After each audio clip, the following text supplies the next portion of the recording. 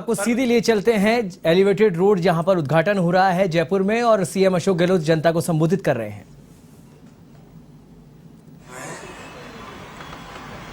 और फाउंटेन लगे हैं नीचे, एक अद्भुत नजारा देखने को मिल रहा, बहुत खूबसूरत है। आने वाले जो टूरिस्ट हैं, चाहे डोमेस्टिक थे चाहे वो विदेश से आएंगे, उनके लिए भी मैं समझता हूँ एक आकर्षण का केंद्र बनेगा। इस प्रकार से मेरे पूर्व वक्ताओं ने सब विस्तार से क्या क्या योजना है सब बताई आपको। और ये प्रोग्राम अभी जो कल से प्रोग्राम हो रहा है इन्वेस्ट राजस्थान में, करीब 3000 डेलीगेट आ रहे हैं। तो प्रोग्राम मुझे जाना है, इसलिए मैं अपनी बात संक्षिप्त में कहना चाहूँगा कि सब बातें आपको मालूम हैं। जब आपने 22 साल पहले करीब मुझे मुख्यमंत्री बनाने का अवसर दिया प्रदेश की जनता ने, तब जो पहली बार जयपुर में बलराम देवी बन सके, साफ हो सके, अतिक्रमण हटे, सड़कें चौड़ी हुई, जवाहरलाल नेहरू मार्ग सही, और जो ओवरब्रिज अंडरब्रिज की जो श्रृंखला बनी है उसके कारण आप देखिएगा कि आज जयपुर की आबादी बढ़ती जा रही है, उसके बावजूद भी यहाँ पर जो सुविधाएं मिल रही है वो शायद नहीं मिलती। अभी भी ट्रैफिक जाम होती है और सड़कें चौड़ी होने के बावजूद भी। और आप देखिएगा जहाँ सिविल लाइन जाते हैं, रास्ते में कर्पूर नगर आता है, ये कर्पूर नगर आधी सड़क और रोके हुए था। कल्पना कीजिए, राष्ट्रपति प्रधानमंत्री कोई आते थे तो आधी सड़क तो इस कर्पूर नगर की बनी हुई थी। मैं उनको धन्यवाद देना चाहूँगा कि हमारे तत्कालीन जेडीसी थे मिस्टर गोयल, उन्होंने कोऑर्डिनेट किया उनसे और कर्पूर नगर वाले शिफ्ट हो गए वहाँ से। आज शानदार वो सड़क बन गई, अब ये ओवरब्रिज बन गया है, इससे और ज़्यादा ट्रैफिक जाम हो रहा था, उससे लोगों को सुविधा मिलेगी। 500 करोड़ की लागत से जो चौराहे पे जो सिग्नल लगे हुए हैं, जहाँ पर तकलीफ होती है तो सिग्नल फ्री, सिग्नल की जरूरत ही नहीं पड़े और सौदेकरण भी हो, वो काम अलग चल रहा है। काम मैं समझता हूँ कि जयपुर में कमी नहीं रही है, इसलिए पूरे देश के जो टूरिस्ट हैं या जो आप देखते हैं कि जयपुर में कोई प्रोग्राम का प्रस्ताव आता है तो सभी लोग स्वीकार करते हैं। जयपुर आना मैं समझता हूँ आज देश का हर नागरिक पसंद करता है। इस रूप में जयपुर की खूबसूरती बढ़ती जा रही है, ये हमारे लिए बहुत ही सुकून की बात है और आप लोगों के लिए बधाई की बात है। यहाँ चौपाटी भी बनी, प्रताप नगर में, मानसरोवर में, नायला में लोग बहुत ही वहाँ जाते हैं और मैं समझता हूँ कि अच्छा मैसेज गया, उसका भी एक नवा ख्याल भी हुआ। सेंट्रल पार्क बहुत पॉपुलर है, उसी ढंग का पार्क जो है आप बीटी रोड और मध्य मार्ग के बीच में बन रहा है, वो इससे सेंट्रल पार्क ही बड़ा पार्क होगा और जो लोग उस दिशा में रहते हैं उनके लिए बहुत बड़ी सौगात होगी। वहाँ कॉमर्शियल काम करने का तय किया था हाउसिंग बोर्ड ने, मैंने रुकवाया धारीबाजी को कह करके। मैंने कहा कि वहाँ की पूरी आबादी को एक सेंट्रल पार्क की तरह सुविधा मिले, ज़्यादा बेहतर रहेगा। तो मुझे खुशी है कि अब सेंट्रल पार्क काम चल रहा है, पर लोग अभी से जाके घूमने लग गए हैं। तो एक सोच की बात है जिसको हम आगे बढ़ाना चाहते हैं। मैंने बजट में कहा था कि बगरू, बस्सी, चौमू, चाकसू, सागी, चंदवा जी, इसके मास्टर प्लान बनने चाहिए। मैं जेडीसी को कहना चाहूँगा इस दिशा में मास्टर प्लान समयबद्ध तरीके से पूरे बनाएं और साथ में मेट्रो या लाइट ट्रेन, ये सपना होना चाहिए जयपुर वासियों का, और ट्रैफिक कम हो, तकलीफ नहीं आए, ट्रैफिक जाम नहीं हो। उसके लिए जरूरी है कि चारों दिशाओं में मेट्रो कैसे पहुंच सके। सीतापुरा से अम्बाबाड़ी वाला काम भी अभी आगे भटका पड़ा है, जबकि पहले जब मेट्रो बनी थी तो हम देखा कि टाइम बाउंड तरीके से मेट्रो का काम पूरा हुआ और लाभ मिल गया। सरकारें बदल दी है तो उसके कई नुकसान भी होते हैं। रिफाइनरी 40,000 करोड़ का प्रोजेक्ट था 55 के अंदर, जिससे पूरे राजस्थान के लोगों को फायदा मिलेगा, नौजवानों को, कि जो 300 किलोमीटर पे जो वहाँ पर पेट्रोकेमिकल कॉम्प्लेक्स के आधार पर जो इकाई लग रही है वहाँ पर प्लास्टिक आधारित जो छोटे बड़े क्या होगी भागीदारी होगी। सरकार बदल गई, 5 साल बंद रखा, पिछली सरकार ने उस काम को, चुनाव आए तो हमारे दबाव से वापस शुरू किया गया।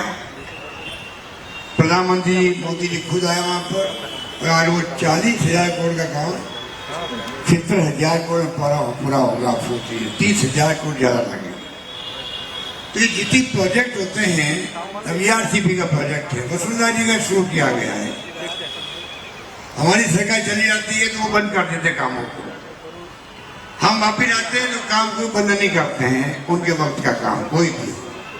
आप देख रहे हैं कि ERCP जो है 13 जिले में जयपुर भी आता है, करौली, धौलपुर, भरतपुर, दौसा, माधोपुर, सब तकलीफ में हलवा।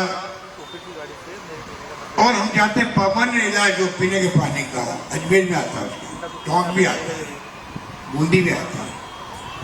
उसको काम को अभी तक प्रधानमंत्री महोदय जो जयपुर में अजमेर में कह के गए थे कि राष्ट्रीय परियोजना बनाने का संकेत दिया था और पूरी योजना को खुद ने एक्सप्लेन किया, उन्होंने खुद ने मीटिंग के अंदर जो हमने वीडियो दिखाया मीडिया वालों को। उसके बाद में कोई कारण नहीं है कि आप राष्ट्रीय परियोजना घोषित नहीं करो।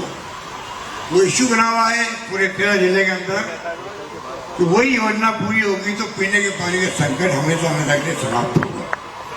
तो मैं निवेदन करना चाहूँगा कि जो स्थिति है वो आपके सामने है और आगे भी जिस प्रकार से हम लोगों ने फैसले किए उसके कारण से जयपुर की खूबसूरती बढ़ी, टूरिस्ट की संख्या बढ़ी, चाहे वो डोमेस्टिक हो या फॉरेन टूरिस्ट हो।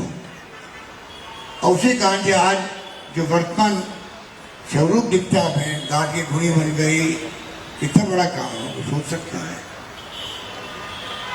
गुजरी थड़ी का अंडरपास बन गया, मेट्रो आ गई थी, बड़े बड़े काम हो गए हैं, सड़कें चौड़ी हो गई। पूरा मैंने कहा पूरा जयपुर का औरा बदल गया देश के अंदर। वो जयपुर शहर है जहाँ बैठे हुए हैं।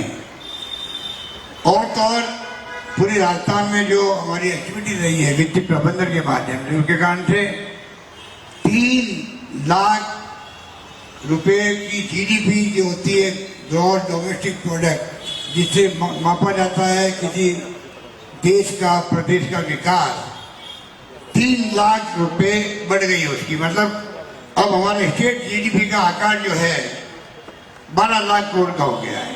तो आप सोच लीजिए किस प्रकार से विकास किस रूप में हो रहा वो आपके सामने है। ये आंकड़े तो सरकारी आंकड़े हैं और ऐसे नहीं बनते हैं, बाकायदा इसके जांच पड़ताल होकर के आंकड़े बनते हैं। गलती गुंजाइश बहुत कम होती है। और 3 साल जो अभी हमारा आपने सरकार बनाई, आपको जान के खुशी होगी, प्रति व्यक्ति आय जो होती है पर कैपिटा इनकम वो 26.81% बढ़ गई है प्रति व्यक्ति आय। कोरोना से मार भयंकर है, महंगाई की बहुत भयंकर मार है, कमर टूट रही है। मध्यम क्लास भी हो चाहे गरीब आदमी हो, उनका जीना मुश्किल हो रहा है।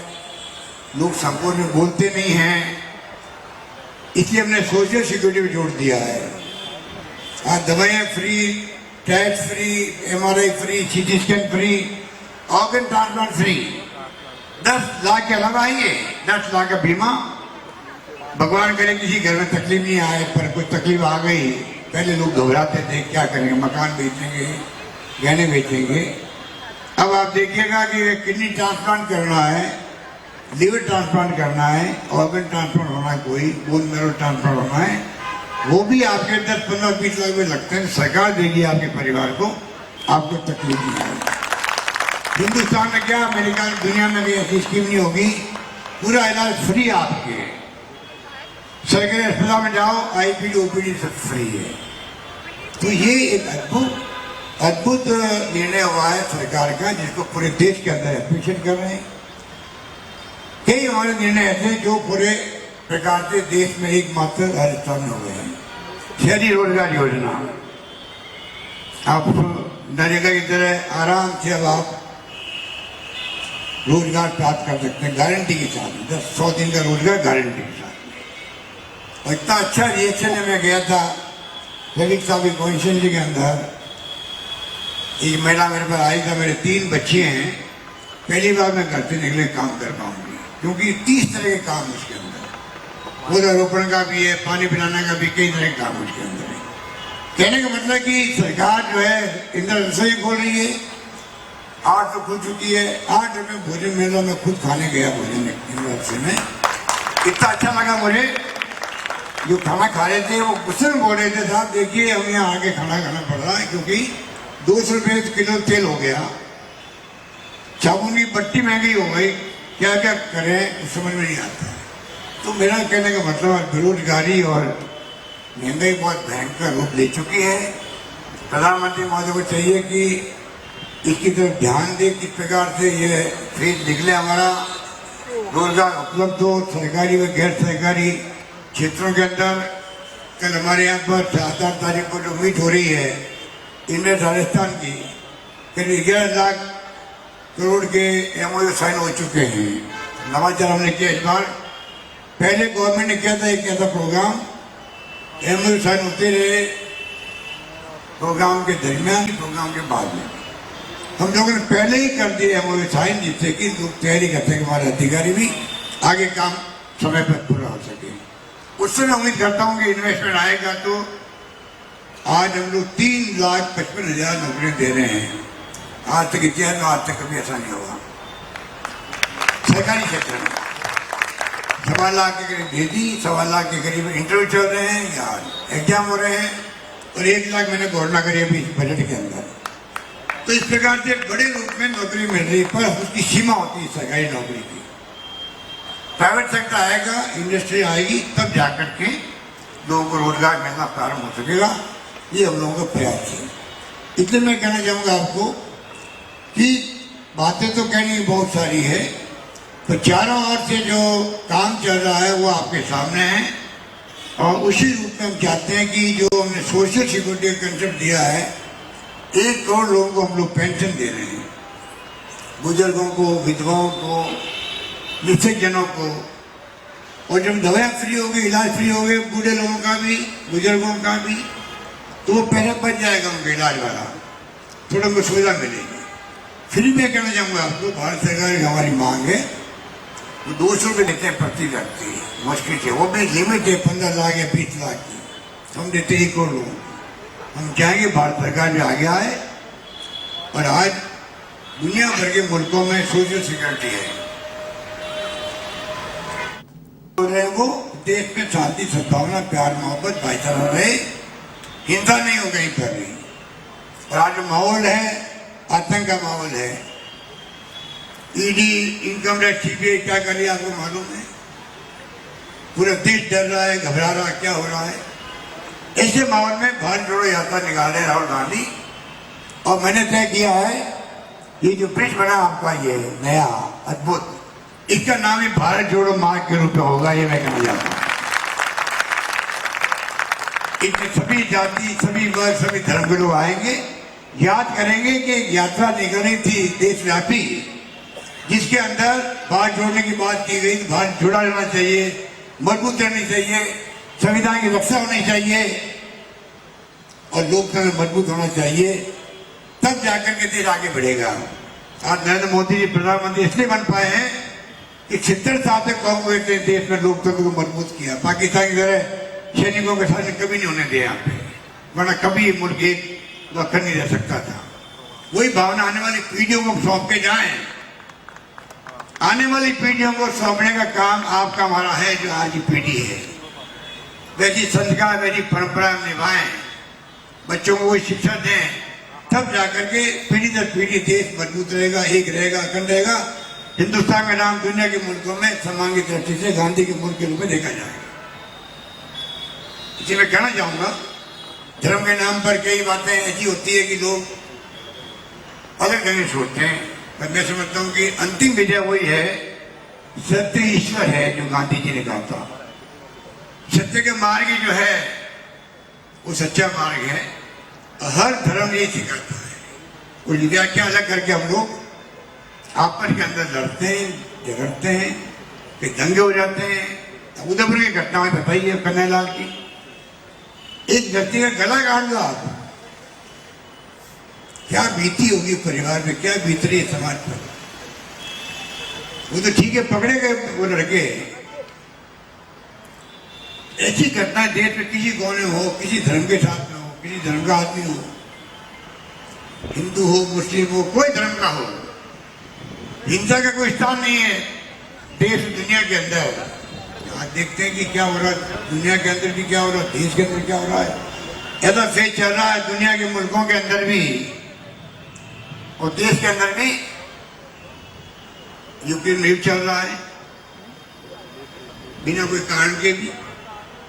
इसलिए मैं आपको आह्वान करना चाहूंगा, भारत जोड़ की भावनाओं को हमें आत्मसात करना चाहिए, प्यार का, मोहब्बत का, भाईचारा का संदेश दें।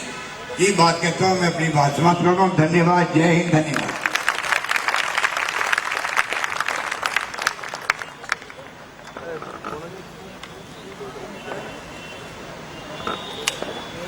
धन्यवाद, बहुत बहुत धन्यवाद माननीय मुख्यमंत्री महोदय। और आप सभी से अनुरोध, अपने स्थान पर हम खड़े हो जाएं राष्ट्रगान के लिए। और आप सभी से अनुरोध, अपने मुख से राष्ट्रगान को उच्चारित अवश्य करें। राष्ट्रगान।